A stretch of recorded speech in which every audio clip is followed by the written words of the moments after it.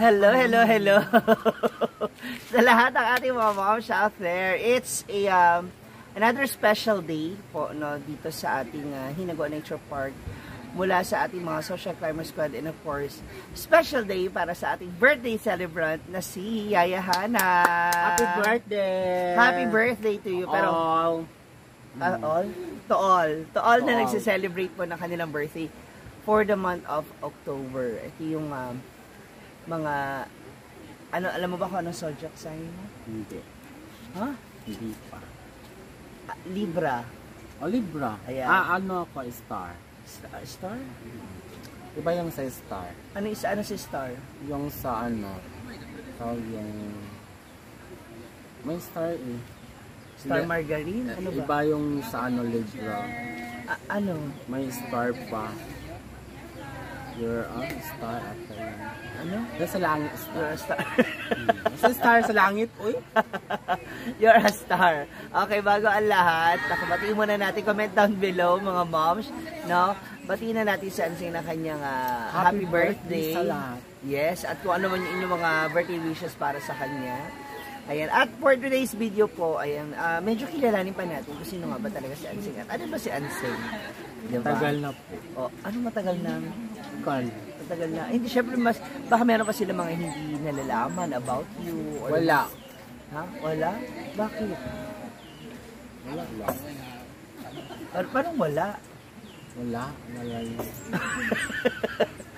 Ang aga-aga, inaansya mo rin talaga ako. Okay, baga lahat. Ilan taon na si Ansay? Ito tong ina. 33. 30 years old na po ako. 33, so 19. 1990 ka pinanganak. Okay. Pang ilang ka sa magkakapatid? Panganay. Panganay. Kita silang kayo magkakapatid? 5 lang. Pero may anak na yung babae. 2. May anak na yung Babae. Babae yung ano, yung bunso na. may anak na siya. May anak na siya. Okay. So isa ka na palang ganap na tito. Tita? Tito. Ay, Hindi naman ako nagaganap na tawagin akong tito nila. Kasi ang pinapangalan sa akin, yun lang Ansing yung talaga. ang tawag na sa'yo, by name. Hindi ka nila tinatag ng tito o tita. Okay. Ano bang hilig ni Ansing na kainin? Ano favorite food? Favorite ko is kinilaw at saka... Kahit anong kinilaw? Kahit ano. Kumakain ako kahit...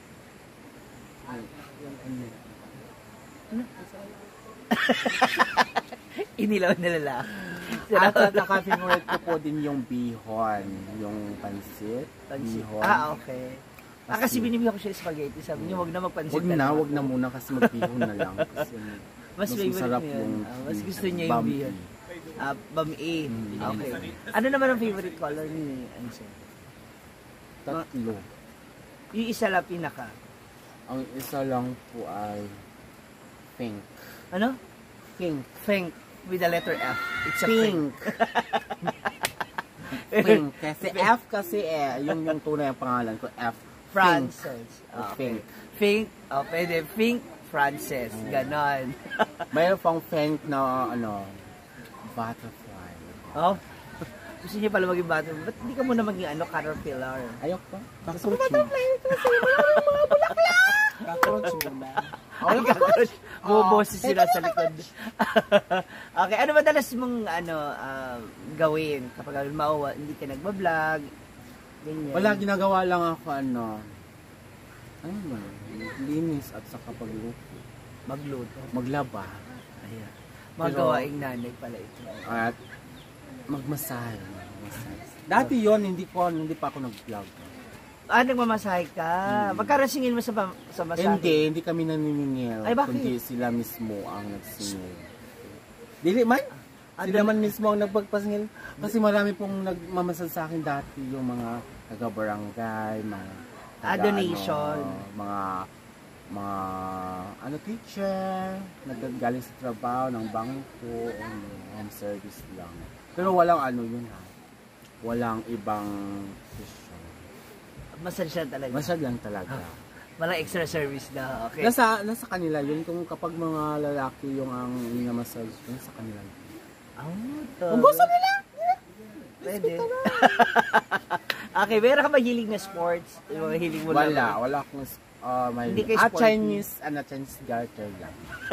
Yun yung sports niya, Chinese garter. Yun So, lang ano. Ngayon ginagawa mo pa rin siya? Hindi na. Bakit? Wala na. Wala na akong sports. Hindi na kaya? Hindi na kaya.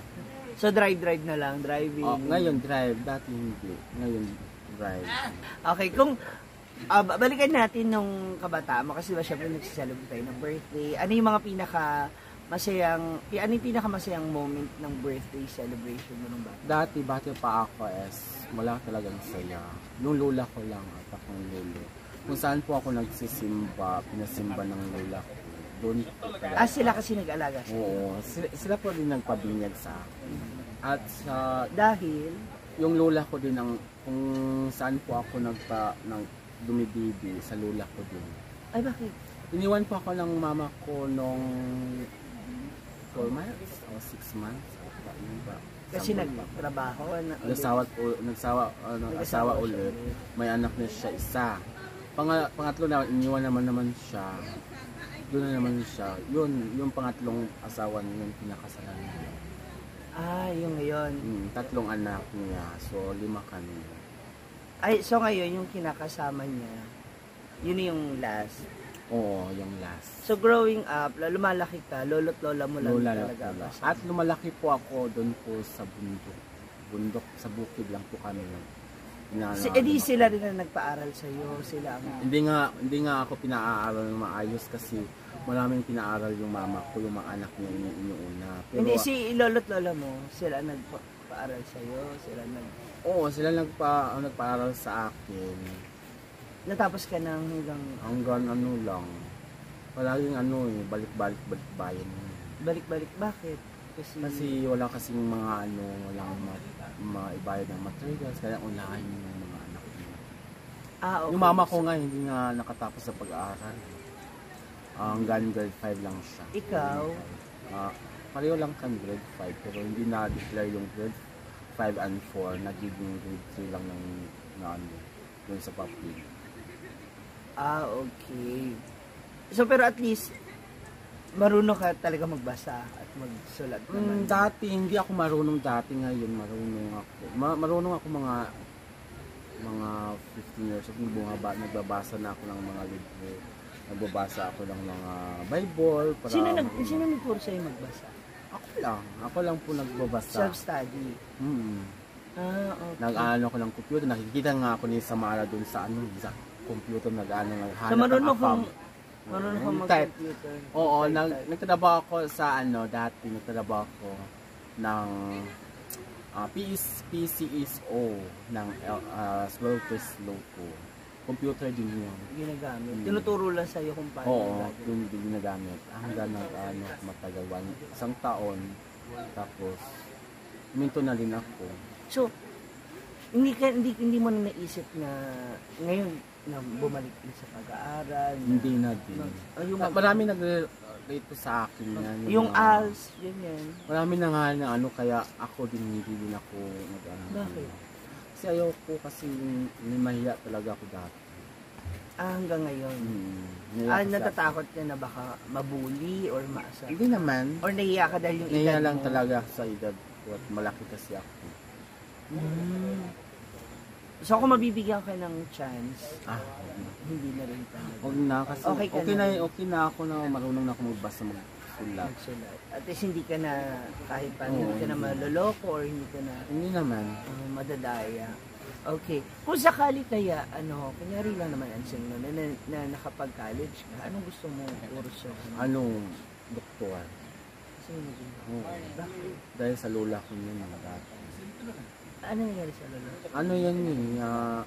Palagi lang kami nandun sa bundok, tapos kapag nahihilo siya, ko lang yun, masahe ko lang siya, tapos nilalagyan ko lang ng mga dahon, mga herbal, para pinainom ko na lang yung pahid, yung parang mabango, para maano lang talaga. Asa na si lola? Wala na, nasa health na po. Mas mahal ko po ang lola ko kaysa mama ko. Kasi naiintindihan ko naman yun. Siyempre growing up, yung una, siya yung nag-alaga sa'yo. Yung lola ko na umuna, kasunod naman yung lolo ko. Kamusta ang relasyon niyo? Mabuti naman kasi kapag may umaway sa akin, yung lola ko naman tumakbo doon para awayin. Ganon. Pagkatapos naman, ano talaga siya sa akin, sumusunod siya sa akin ng pinagtatanggol niya ako. Kunyari makakaharap natin ngayon si lola mo. Anong gusto mo sabihin? Wala, miss lang.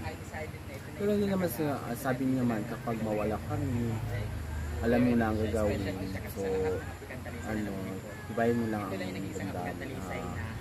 Pwede mo naman kami isipin, pero gano'n, hindi naman palagi. Namimiss mo din?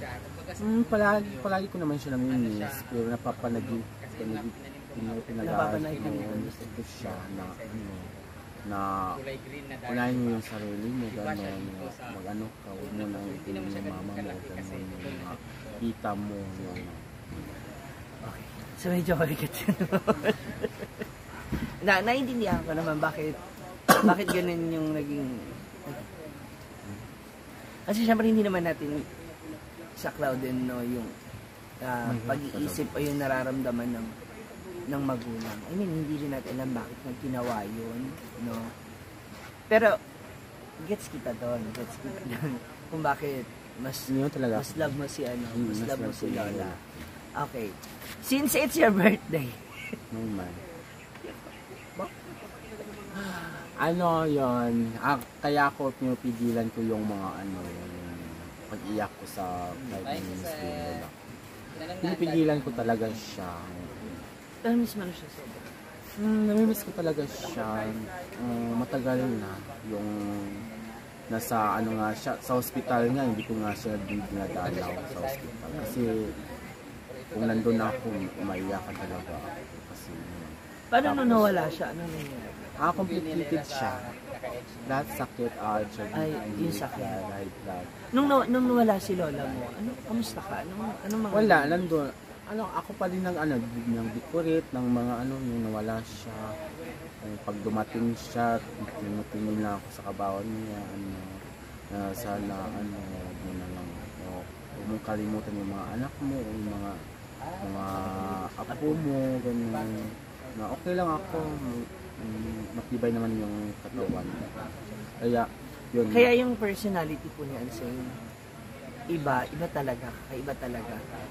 Yung alam mo yung kahit what do you call this? Yung kahit akala mo nagloloko-loko lang siya, pero deep inside talagang durog na siya. Kaya para kung mas para kung yun yung defense mechanism na ginagawa mo na instead na iiyak ko to, hindi, kailangan maging palaban ako kasi nga doon sa mga mabibigat na nangyari sa'yo in the past na lumaki ka nang wala yung mga tunay na magulang, yes, and yung yung lolo't lola mo lang ang tanging meron ka na ultimo pati yung pangarap o yung karapatan ng mga kabataan na magkaroon ng isang maayos na edukasyon hindi rin naibigay sa iyo.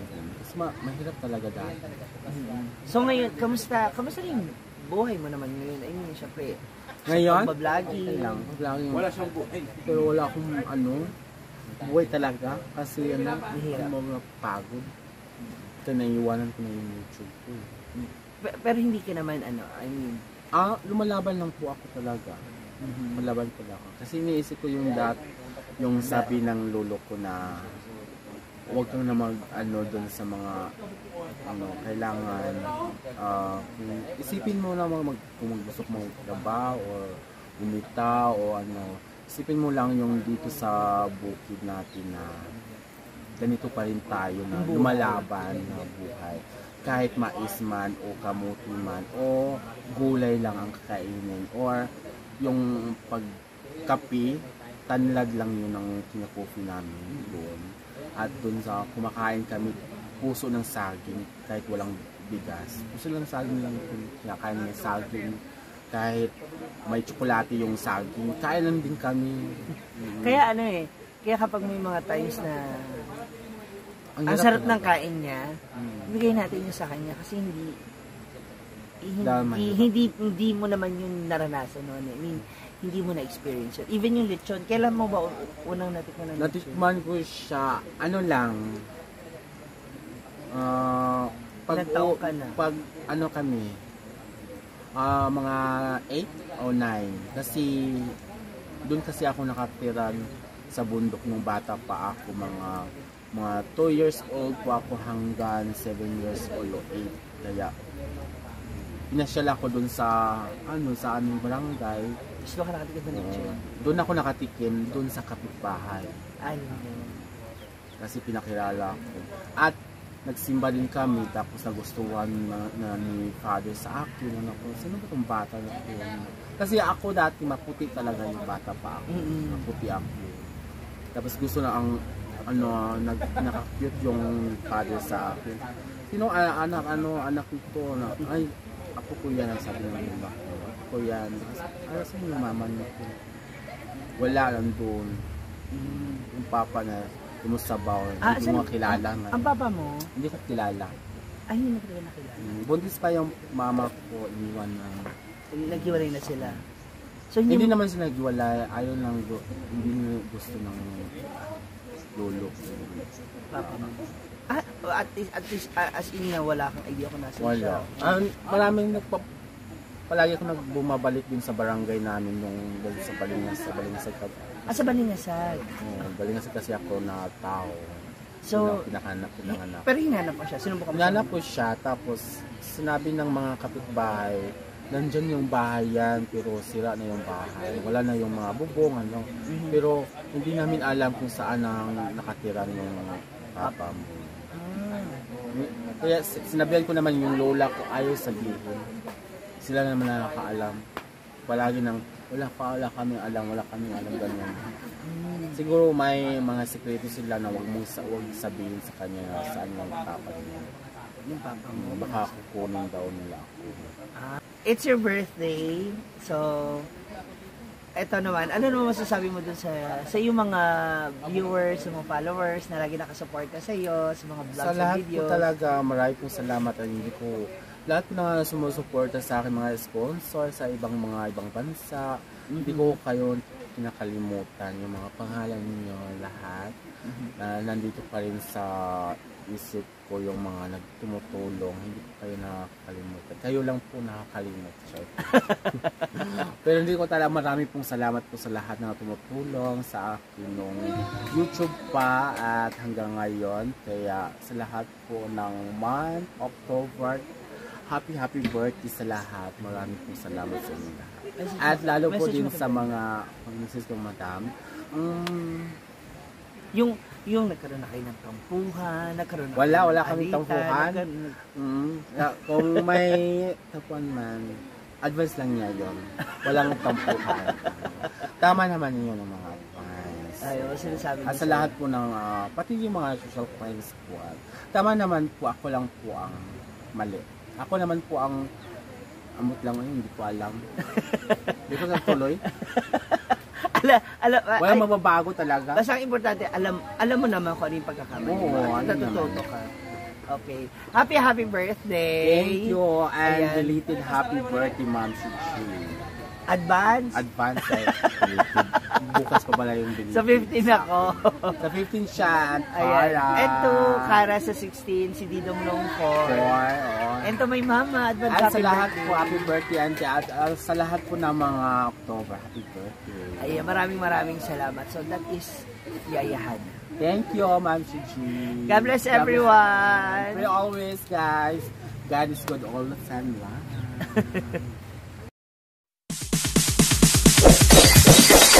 It's DJ.